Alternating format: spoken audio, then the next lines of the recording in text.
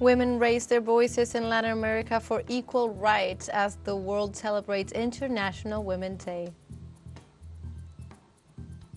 U.S. President Joe Biden delivered the State of the Union amid political tense climate at local and international levels for his administration.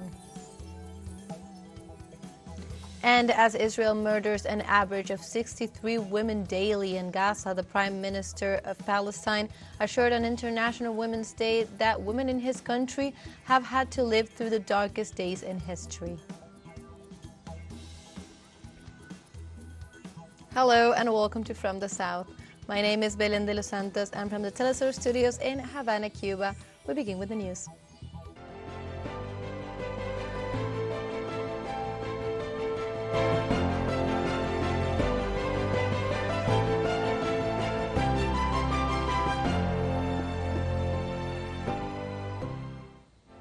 The peoples of Latin America and the Caribbean commemorate International Women's Day by raising their voices for equal rights in various trade union organizations.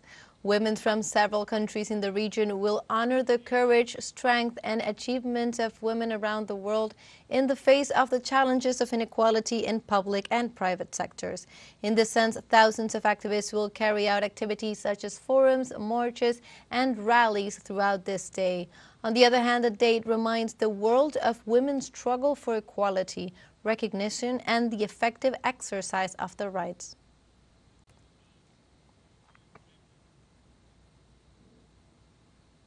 And with the commitment to revitalize the functioning of the organization, the 11th Congress of Women's Federation began this Thursday in Cuba. Nearly 323 women delegates gathered in the Convention Palace in Havana, the capital of the island, to discuss the current challenges facing the country. Teresa Amarele Bowe, member of the Political Bureau and Secretary General of the Federation, explained that the main objective of the Congress is to evaluate the results of the work of the last 5 years, in addition to honor the work developed by women in various sectors of the country. During the Congress, the work of prevention and care carried out by female social workers, volunteers in various delegations that exist in the country, as well as the role of women who hold management positions in delegations focused mainly on young women, will be praised.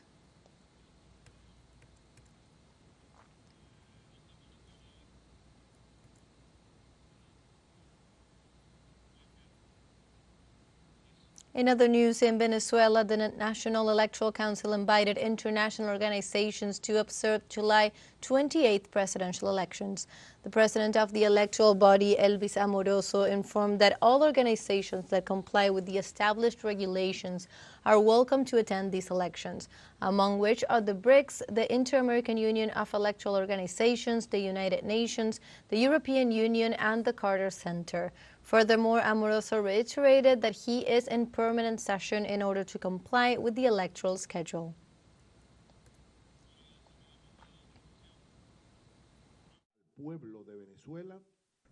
We inform the people of Venezuela that we have extended an invitation to the following organizations to participate as electoral observers, provided they comply with the requirements and established legal constitutional regulations. Communities of Latin American and Caribbean states, CELAC, BRICS, Caribbean Community, CARICOM, Inter-American Union of Electoral Bodies, United Nations experts, African Union, European Union, Carter Center, among other invited guests. In Colombia, the Supreme Court of Justice failed to elect the Attorney General of the nation in this fourth meeting. None of the three candidates achieved the 16 votes required for this election. The magistrate will meet again next Tuesday, March 12, to vote again. The three candidates presented by President Gustavo Petro for the election of the Attorney General are Amelia Pérez Parra, Ángela María Buitrago, and Luz Adriana Camargo. President Petro assured that this entity is carrying out a coup d'etat against him together with the Attorney General's office and the prosecutor's office, agencies that with various legal subterfuge are delaying the process to elect the new authority of the Colombian Public Ministry. In Peru, the vote to determine the removal from office of several members of the National Board of Justice moves forward. The plenary approved the constitutional accusation and disqualification for 10 years to hold office against Inés Telo, with 67 votes in favor, 23 against, and 3 abstentions. Likewise, the active voting continues in the Congress for the cases of Aldo Vázquez, Imelda Tumilan, Humberto de la Asa, Maria Zavala, and Guillermo Tonberry. In the morning hours during the session, the defendant exercises their right to a defense.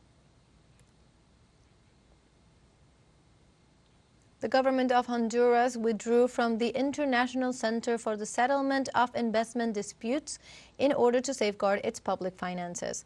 Authorities of the Central American country stated that the decision is due to the fact that the ICSID has become a system that undermines the sovereignty of nations, displaces the function of the courts of the republic, and limits compliance with the decisions of the democratic government. Likewise, the Honduran state affirmed that this measure seeks to correct the imbalance that favors foreign investors. The ICSID is an entity of the World Bank that provides arbitration services in international investment disputes. Now let's take a short break, but remember you can join us on TikTok at TeleSUR English, where you will find news in different formats, news updates, and much more. Other stories coming up. Stay with us.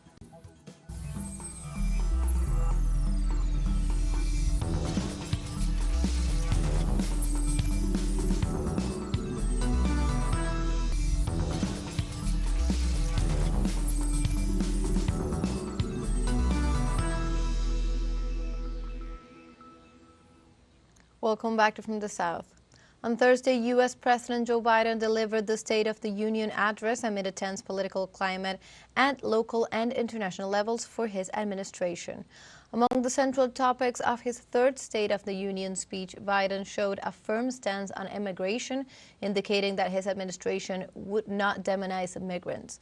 On the other issue, he talked about the Ukrainian crisis and referred that his nation would not back down on aid to Kiev, while reaffirmed its commitment to NATO. U.S. President also addressed the Palestinian crisis in the midst of mobilizations taking place outside the House of Representatives, calling for a ceasefire. In this context, Biden continued his soft language policy against Israel and proposed to build a humanitarian corridor for the entry of aid to Gaza. In this sense, he assured that the solution to the Israeli-Palestinian conflict is the creation of two states.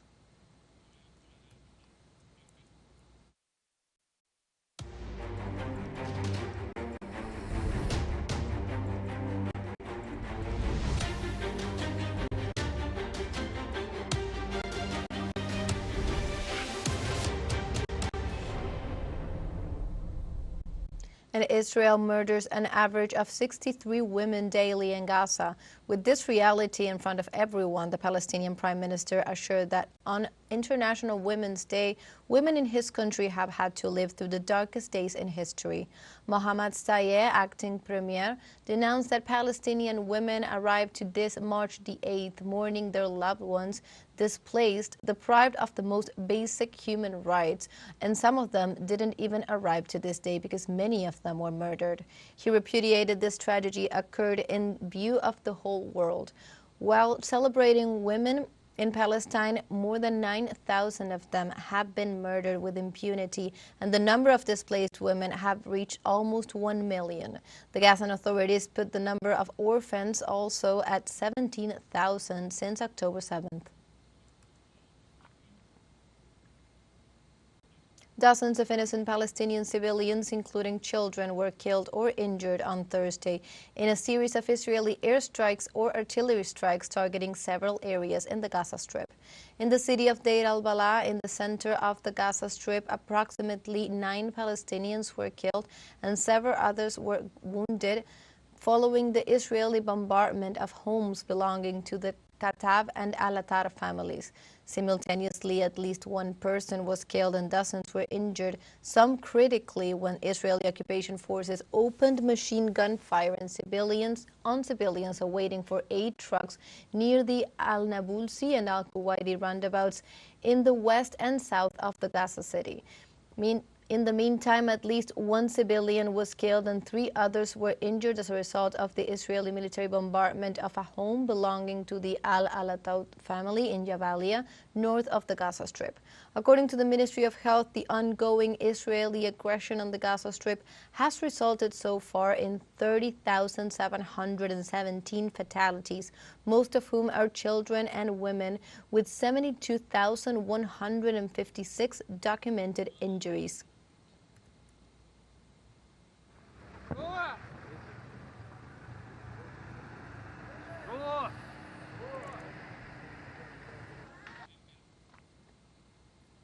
Humanitarian organizations in Palestine announced that the Israeli blockade measure aggravates the famine situation in the Gaza Strip.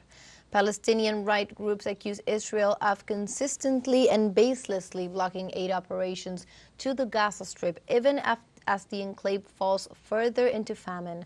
The organizations urge the international community to continue to pressure Israel to allow much-needed aid into Gaza so residents can cope with the famine situation due to the shortage of essential supplies.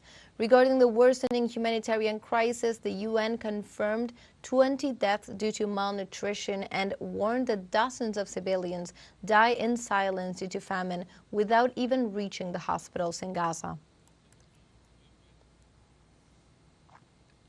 And in this regard, several countries continued their operations to send humanitarian aid to the Gaza Strip. In images, we can see how joint operations between Jordan, Egypt, and the United States, France, the Netherlands, and Belgium have launched packages with humanitarian aid, food, and medical supplies to civilians in the Gaza Strip. These packages with the aid are being distributed to the northern Gaza area, where the Israeli occupation forces have prevented access to the trucks with the necessary supplies for the most vulnerable population. However, on Thursday, UNRWA Commissioner General Filipe Lazzarini stated that airdrops are not the answer for the dramatic situation in Gaza, which he described as a looming man-made starvation and famine. I've never ever seen in a conflict so many children killed, so many health workers killed, so many journalists killed, so many UN staff killed in such a short period. And on top of that, we are also witnessing a looming man-made starvation and famine. Now, the airdrop can be an addition, possibly, but the airdrop will not be the answer to the extraordinary dramatic situation we are encountering region. But I'm also cautiously optimistic that a number of countries now will have the necessary trust and confidence to restore their contribution to the agency. Israeli occupation forces handed over the bodies of nearly 50 unidentified martyrs that the occupation had stolen from various areas of the Strip. The National Campaign to Recover the Bodies of the Martyrs reported that the surrender was made through the Karem Shalom crossing. Likewise, the entity indicated that the Israeli occupation army has so far delivered 338 bodies of martyrs from the Gaza Strip in 4 lots, all being buried in mass graves. The occupation troops abducted hundreds of corpses from hospitals to Nasser and Khan Yunis after having been buried in the courtyards of the medical centers since they could not be transferred to cemeteries because of the Israeli siege. There was an agreement between a charitable trust and the Ministry of Health. The Israeli side handed over the bodies of 47 martyrs in a container. Then we went to the cemetery of the Sultan, where a common grave was set up to bury the martyred brothers. And as you can see, the burial is being done according to the Sharia of Islam. We asked for more help from people of goodwill to enable more mass graves so we can bury more bodies. Thank you very much. We have a final short break coming up, but before we invite you to join our WhatsApp community for our English-speaking audience. You can scan the QR code on screen to join directly and also share the link to reach more people. Constant news coverage of Latin America and the Caribbean, as well as the rest of the world. Stay connected and informed with TeleSUR. Final short break. Don't go away.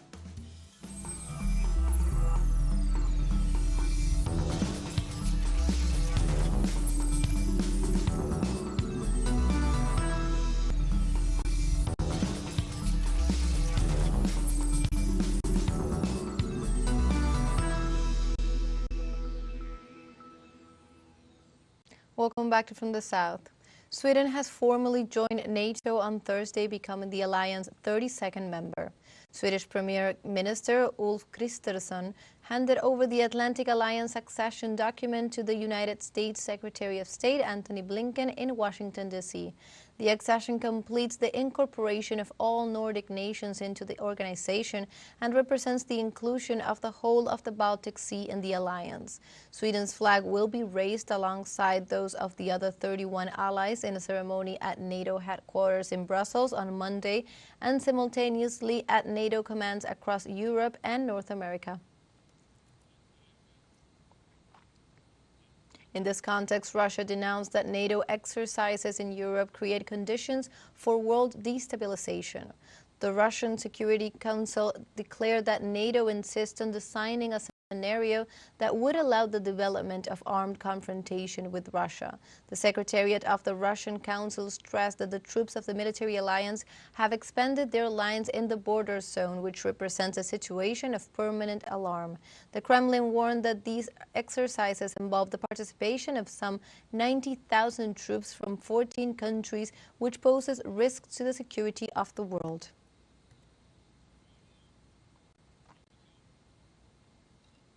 Russia's statement comes after the commander of the military bloc announced the holding of Norway of its largest exercises since the end of the Cold War.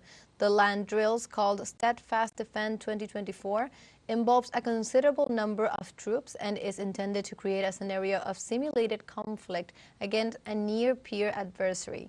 The exercise also intends to deter Russia under the pretext of responding to an attack by NATO member country.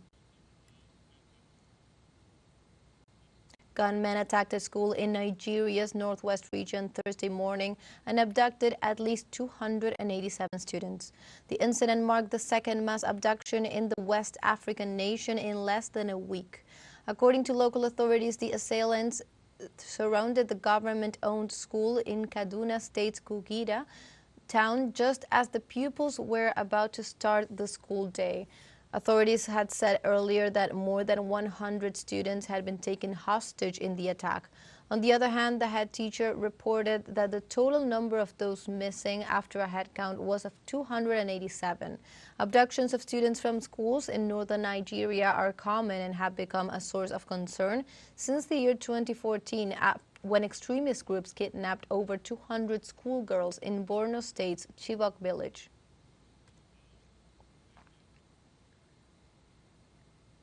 And the International Organization for Migration declared 2023 as the deadliest period for migrants worldwide.